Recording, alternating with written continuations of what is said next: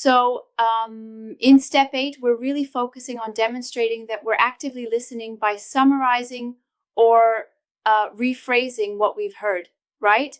Yeah, exactly. It's like saying, I got you and here's what I think you meant. Right. It's Mm-hmm. not just about nodding along, it's actually capturing the key ideas and then either repeating them as they are, that's summarizing, or putting them in our own words, which is rephrasing. Sure, and it builds on what we did in step 6 and 7, like using eye contact and body language, but now it's more about the content itself. Exactly. It bridges what we visually perceived and what we Yep. process intellectually. This step shows we really understand the speaker's point by either summarizing it in a concise way or rephrasing it with our own expressions. So, summarizing here means picking out the key points, while rephrasing goes a bit deeper by um, translating those ideas into different words, right? Yes, and it's like if the conversation is simple, say a set of clear instructions, you just summarize. But if it's a complex idea, rephrasing helps you test if you actually understood it fully. Mm-hmm. Got it. And thinking about timing, isn't it crucial to choose the right moment to jump in with a summary or rephrase? Absolutely. Timing is key. If you interrupt too soon, the speaker might, well, feel disrupted. And if you wait too long, the chance to correct any misunderstanding might be Right? lost. It's a balance. It almost sounds like the conversation becomes a dance where the timing of each step matters, so you don't break the rhythm.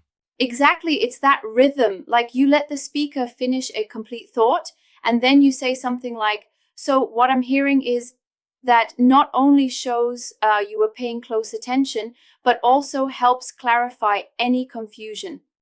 Mm-hmm. Right. And speaking of clarification, I was wondering if sometimes summarizing might oversimplify what the speaker said. What do you think? That's a great point. There definitely is a risk. Summarizing is best when the content is straightforward, but for more nuanced ideas, rephrasing is the way to go. It allows you to capture all the critical details without stripping away the complexity. Exactly. So, in a way, rephrasing is like providing a mini interpretation of the conversation, which can be very valuable. Yes, and it tests your understanding.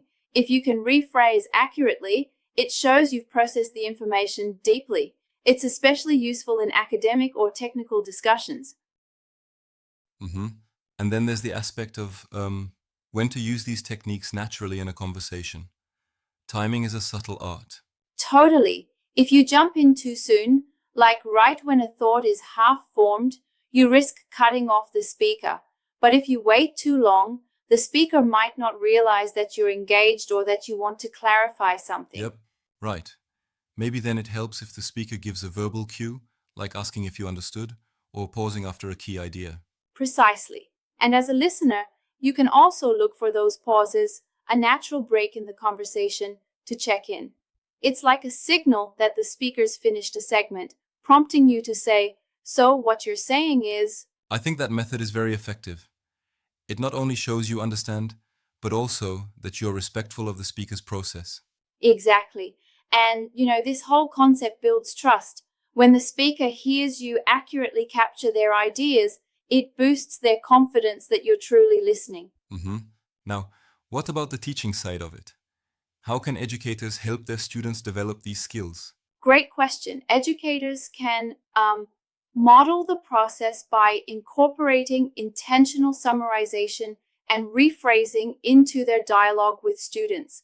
For instance, during a lesson, a teacher might pause and say, so, to rephrase, what we've covered so far is. This shows students how to naturally build these techniques into their conversation. Yeah, that's clever. It's like giving a live demo of active listening and then having students practice in pairs, right? Yes, exactly. Pair work helps them practice both summarizing and rephrasing, and they can learn from each other's feedback. It's an interactive way to reinforce the concepts. But I have a slight concern. If students overuse these summarizing techniques, could it potentially make the conversation feel stilted? That's a valid challenge. The key is balance. You want to check your understanding without constantly interrupting. It's all about reading the flow of conversation and picking those natural pauses. So it's a subtle art, almost like seasoning a dish. Too much, and it overwhelms the primary flavor. Too little, and it's bland. Exactly, a perfect analogy. Just enough rephrasing to enrich the conversation without interrupting the natural flow. It should feel organic. And by doing that, both parties can be more engaged, and the overall dialogue becomes much healthier. Yes, and that in turn means any misunderstandings are cleared up quickly, which is so important, especially in complex discussions. Right, absolutely. So, to sum up, pun intended, it's all about capturing the essence of what's being said, either through quick summaries or, when necessary, a more nuanced rephrasing. This builds comprehension, trust, and a better conversation flow. Exactly. Summarizing works when points are straightforward.